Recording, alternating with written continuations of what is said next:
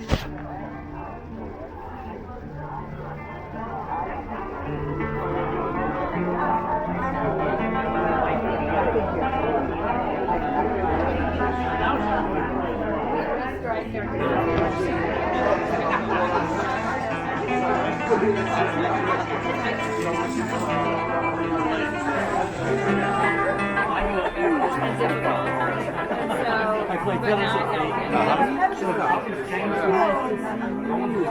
survived the trip? Oh, yes. You know, and two, everyday stuff that goes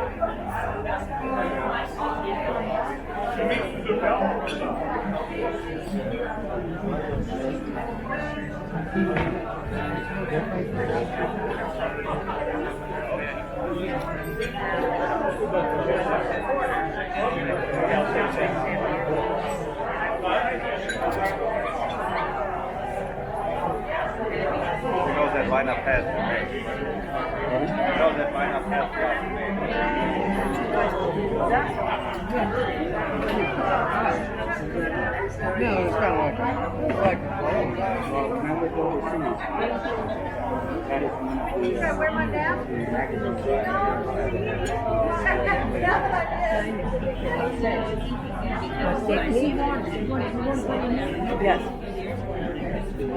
Our son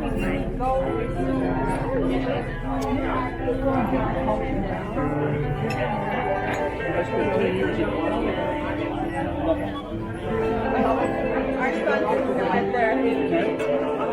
They're back. Oh, your sister.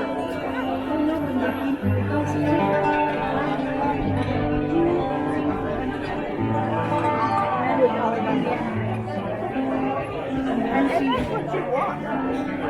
I mean,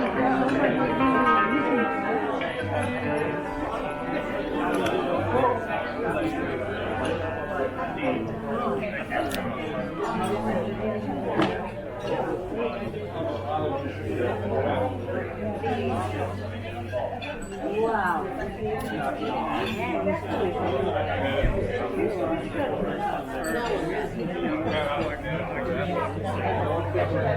He gifted us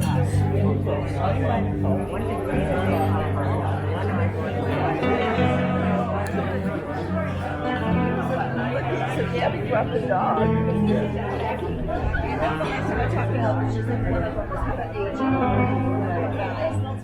But I heard you say, well, you've heard of there's that chameleon. He said he fell and died. I thought, you're joking. This is not the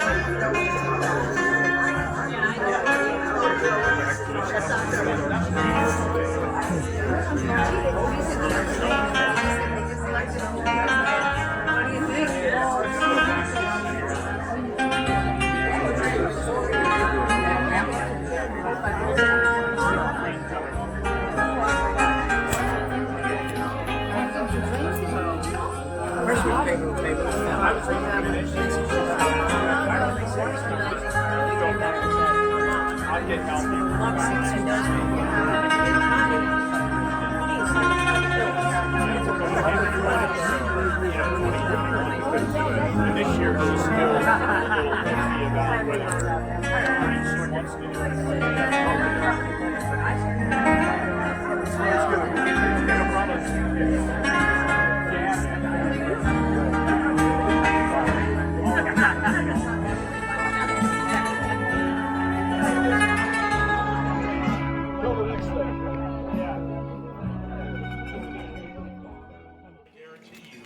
that there isn't one person who knows every one of these facts that are part of Alex's life. I didn't.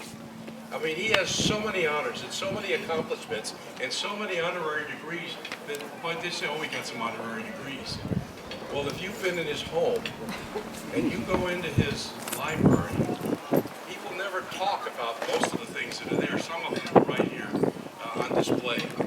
But he led an amazing life. And I didn't realize myself, but one of the great stories, I told them one time, Joan and I've been on the board of Carnival for 15 years, and we were required to travel the world.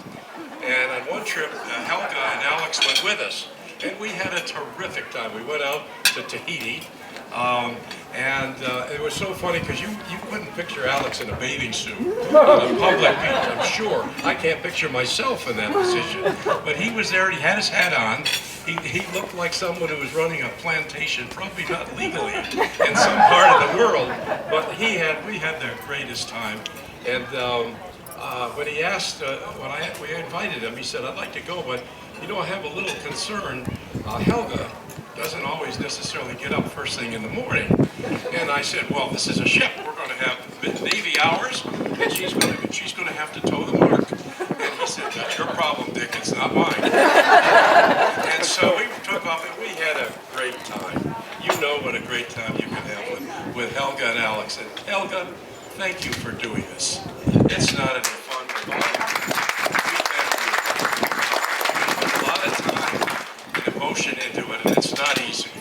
And it had to be delayed so long, my gosh, 9 months, as everybody has gone through with losses in their family. And Gabby has been to the side, Helga and Alex and all of them. Everybody knows you're so much a part of the family, and we are grateful for all the things you've done for us collectively and individually. But we're on a cruise, and we are going down the west coast of Chile. And Alex said, well, you know what you need to do? You need to take this river, this 3-lake cruise across Chile, and you get to the border of Argentina, and you're going to go up to Bariloche. Now, if any of you know that part of the world, this was quite an adventure to get there, because first of all, despite all of Alex's hard work, Chile and Argentina have been at war for hundreds of years, and the roads didn't meet, and there was no way to get across the border, but somehow we did, and we ended up in Bariloche. Now, I understand why he wanted us to go there. We went to this hotel, beautiful lodge, and what turns out to be the case is when he was a young Foreign Service officer at the Argentinian embassy in Washington, I can just imagine the energy and the enthusiasm and the personality that he brought to that job. Well, the press secretary to President Eisenhower who was going to go down and visit Argentina, came to Alex and said, you know what, forget about all the protocol, and everybody will fight this idea. But I happen to know that the president loves to fly fish, and there's nothing he'd like better than to have a couple hours to fly fish in the Andes on this trip. Can you make it happen? And so Alex put it all together. And I guess everybody, first of all, they didn't know how to get him there because it's so remote, the president that is. But he went there. So when we're in the hotel, we're going up this beautiful, wide, have you been to this hotel? Yes, you have. Going up a flight of stairs, and what's on the one whole wall, but the remembrance of this whole trip. And here's this young Alex Orfila, the king of Argentina, who's arranged all of this, and it turned out to be one of his great moments of diplomacy that I know he's very proud of. And you roll it all forward. I certainly heard of Alex because I had 2 different tours in Washington. I knew about the Organization of American States, and most people have no clue what that is today. They think it's some kind of a conspiracy by people trying to do us in. But anyway, he became Secretary General. He represented 19 countries, and he did a phenomenal job. Now, the one problem with that is he sided with Jimmy Carter to give the Panama Canal away to Panama.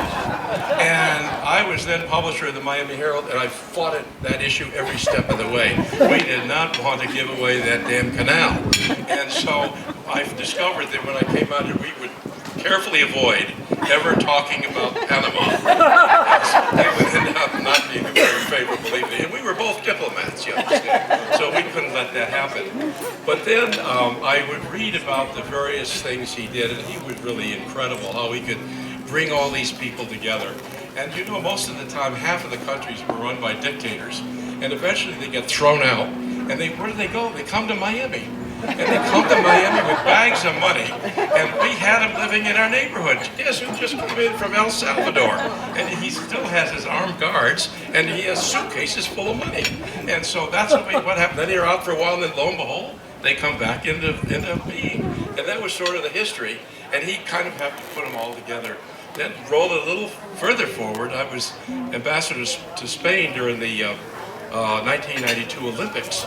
And there was a conference of Latin American heads of state at that time, and it turned out that all of the countries were headed by democratically elected people. And it had to have been a very good time for the Organization of American States. The only one who wasn't was Castro. And they isolated him totally in Spain during that time.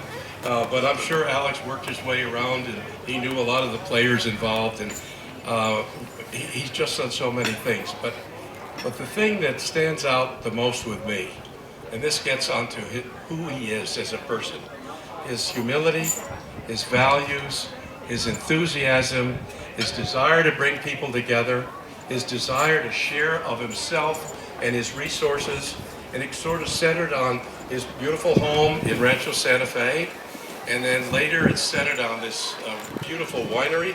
And Joan and I were here visiting the opening of Wild Animal Park. It's not even called that anymore, when this was a pretty rundown place until Alex came on. And boy, did he do a job. And I know he had a wonderful manager who died several years ago. But this is a beautiful, beautiful asset. And he shared this with all of us too, many, many times. And he was just that way. He cared a lot. He was proud of to be here in America, to be part of us. He was very loyal. He was deeply involved in the Cal State San Marcos. He got an honorary degree there a couple of years ago. And he's been richly honored in so many, many ways along the way. And out of that has come this special friendship that we all have, because he's wanted to share it. And I know how much he loved you. And I can just imagine when you two first met, because he was involved in riots and coups and revolutions. He was an expert at it. So don't you think he could certainly handle Helga? So, I'm not sure he ever really did, but I think probably he got by all right. Right, Helga? He did just fine. Yeah, right. but oh, it was so much funny to see them. And he'd always kiss it off. If it got too dangerous, he'd just kiss it off, right? But anyway, he was a lot of fun to be with.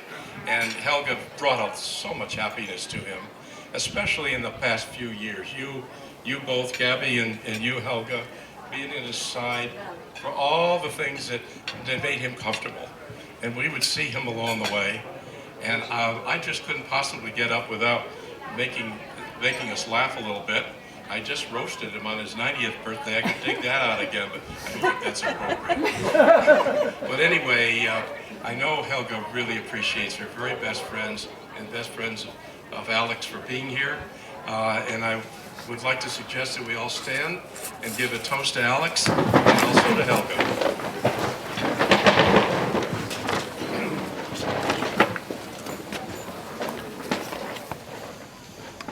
Here. Alex. You're here, Helga.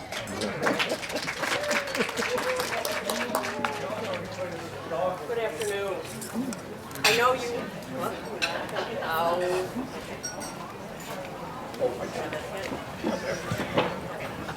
This better? Yeah. Good afternoon to all of you who are friends, colleagues, admirers, certainly of Alejandro and also of Helga. In case you don't know me, I'm Karen Haynes, and I was the president of Cal State San Marcos for 15 and a half years. I'm going to speak both from that campus perspective and also a very deeply personal perspective that my husband Jim Mickelson and I experienced with these two wonderful people. Obviously, all of us in this place and space have admired and appreciated, as Jim and I have, that in any room filled with people, Alejandro always made every one of us feel special, feel connected, feel that he had the time and the graciousness to understand us, get to know us, or welcome us back into his circle. I say for my husband that Jim very much experienced this, and I did too, but I have to say to you that I wondered after a little while that maybe it was the extension of Alejandro's admiration for bold, brave, outspoken blonde women. He used his charm along with his intellect, his concern for humanity, for social justice, to impact not only his home country and this adopted country, but for people around the world. Alejandro's impact was undeniably global and very specifically local. He was a long-time supporter of California State University San Marcos well before I arrived, and he was certainly a supporter of the region that campus served. He extended to me the same graciousness to which he had supported previous presidents.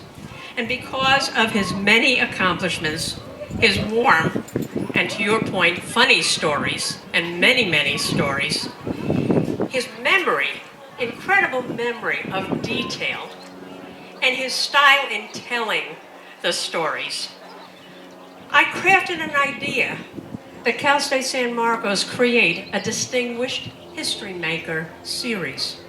And Alejandro graced us by being the first of that series of speakers. The story of his life was recorded by our graduate students in the Department of History. Hours of wonderful storytelling and obviously written materials. But I will say to you, as important as that was for our students, our university, this region, it was his natural connection and commitment to inspiring young people to embrace their education, to understand the opportunities that education would bring them, and to all of the students who personally worked with him during that semester. They felt the same remarkable experience that we in this room have had. How approachable he was, how inspirational he was, and how he empowered them, those students, to understand that they too could make a difference in the world. We learned so much about Alejandro during that semester from that experience that in 2014 we extended to him an honorary degree in the Doctor of Humane Letters. Not the first of his honorary degrees, but one that was special to Cal State San Marcos, and I think to Alejandro. The proclamation for that doctorate read, in part, that the ambassador embodied CSUSM's ideals of thinking beyond self and contributing to society in ways that make it more just and equitable. He believed in CSUSM's purpose and the value of public higher education, and he has been a long supporter of the university and the region it serves. I know that I am already echoing words that have been spoken, feelings that you have in this room, but in my professional capacity and in Jim's and my personal relationships, I can, with passion and authenticity, say that it is the honor he bestowed on us to be his and Helga's friends, and that honor will be everlasting for us. A memory we will always cherish was to be the recipients of Helga and Alejandro's hospitality when we visited them in Mendoza a few years ago. A couple who have entertained dignitaries internationally, gracious and giving, kind and generous. I am grateful to Helga for keeping us in her circle and for offering me this opportunity to celebrate his life. We all know the Latin proverb for carpe diem, and Ambassador Alejandro Orfila was the epitome of seizing the day and the moment. Our lives are better and richer for having known him and for embodying this proverb in his life well lived.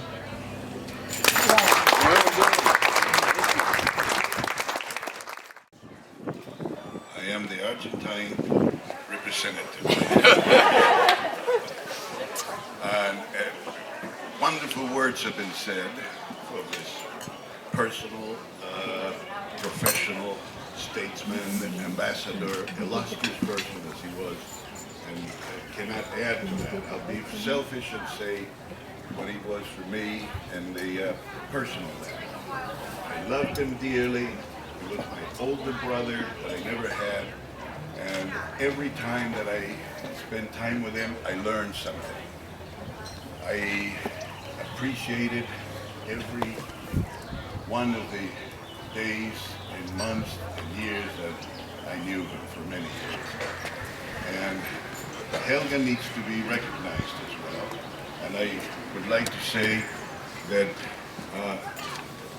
it was mentioned that he was responsible for the transition of the Panama Canal, and there was a very, very important celebration, internationally watched with the world press, and apparently our hostess Helga didn't get the right information as to the dress code and the timing, and showed up for the morning event with beautiful, tall blonde as she is, with a cleavage down to her belly button.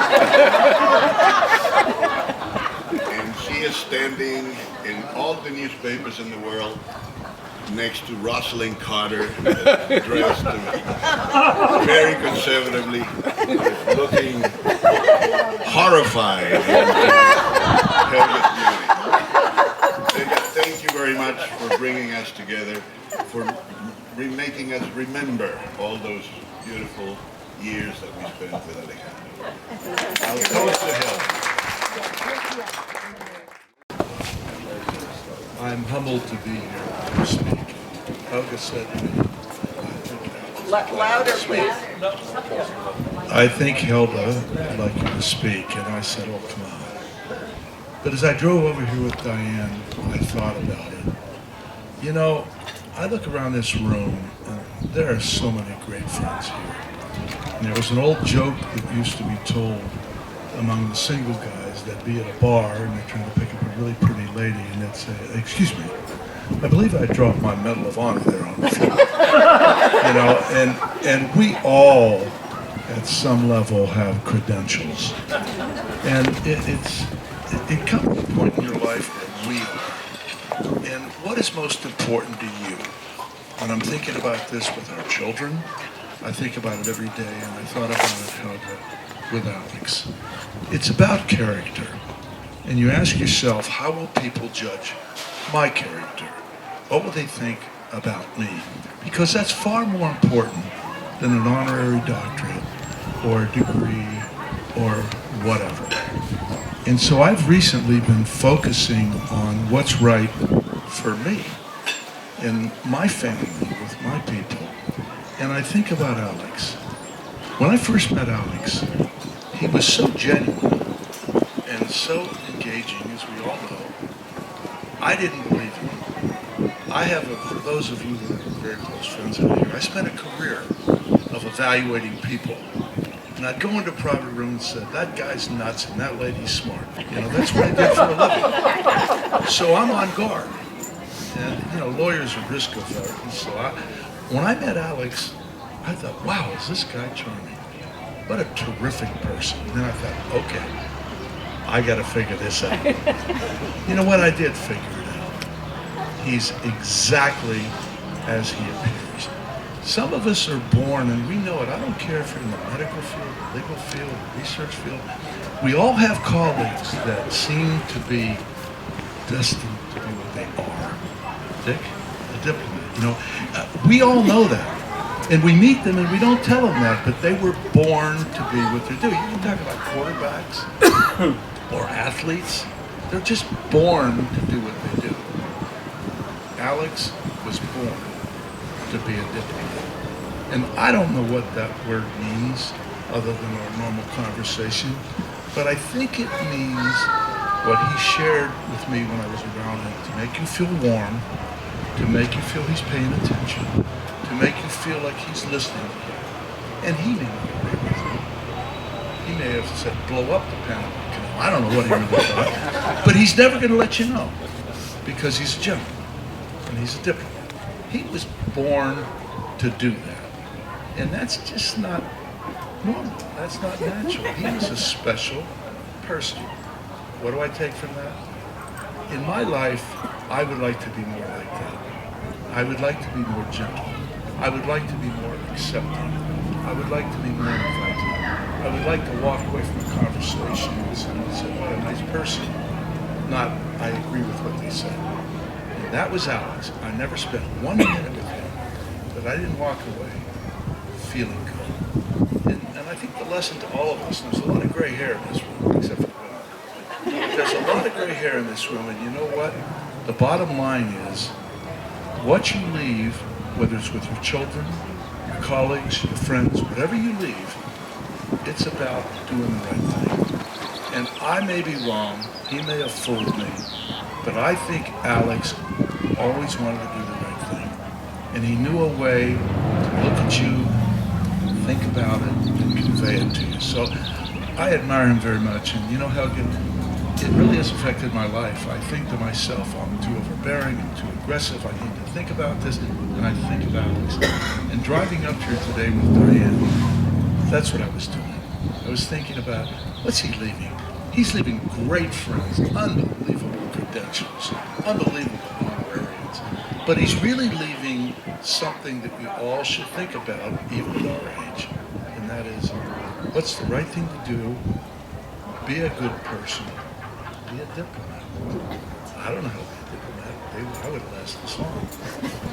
But that's what I remember about him, Helga. I loved it, and I'd walk away from every conversation thinking, that's how I'm going to children. So thank you so much for letting me talk. God bless all. I have to do this.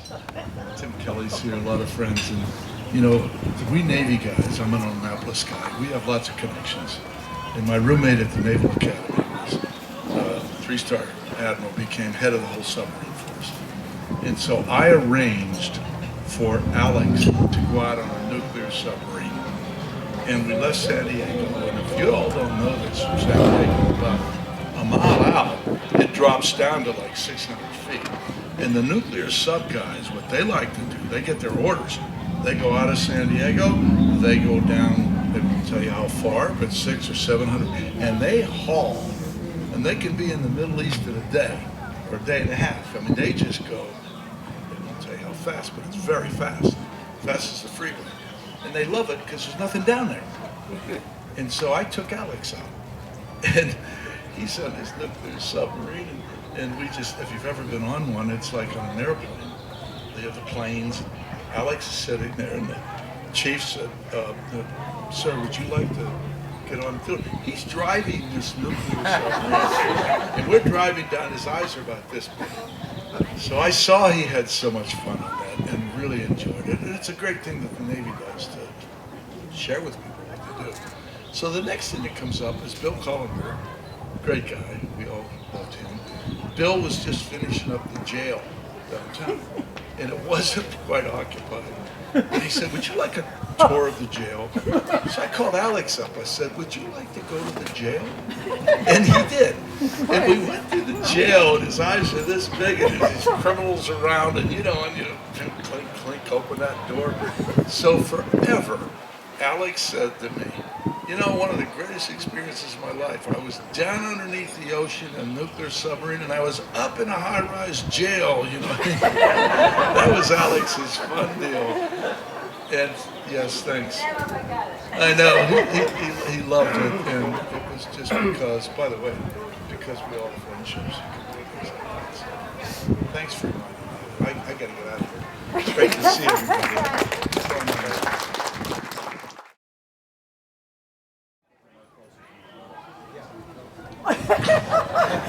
Now, Yes. I'm Barbie Albritton, and I met Alex and Ophelia when we moved to Washington in 1975.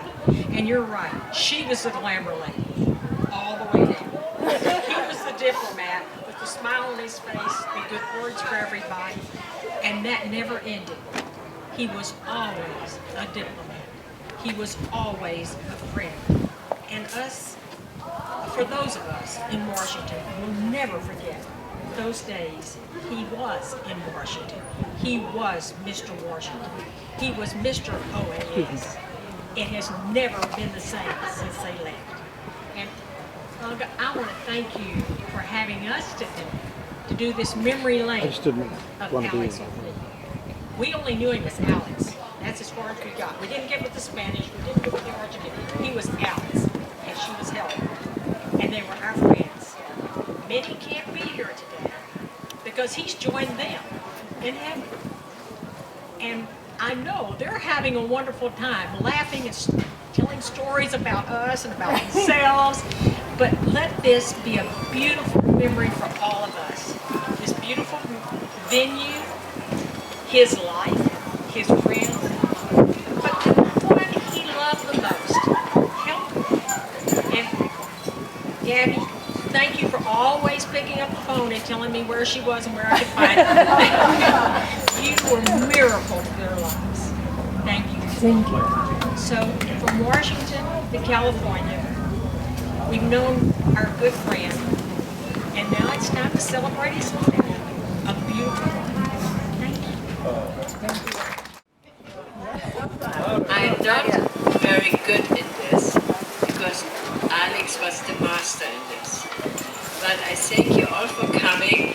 It was very important for not only him and me to have the friendship of all of you. And everybody has a story to say about Alex. So he was quite a character. He loved you, and he wanted to love everybody. Not me. I like the challenge to be the bitch.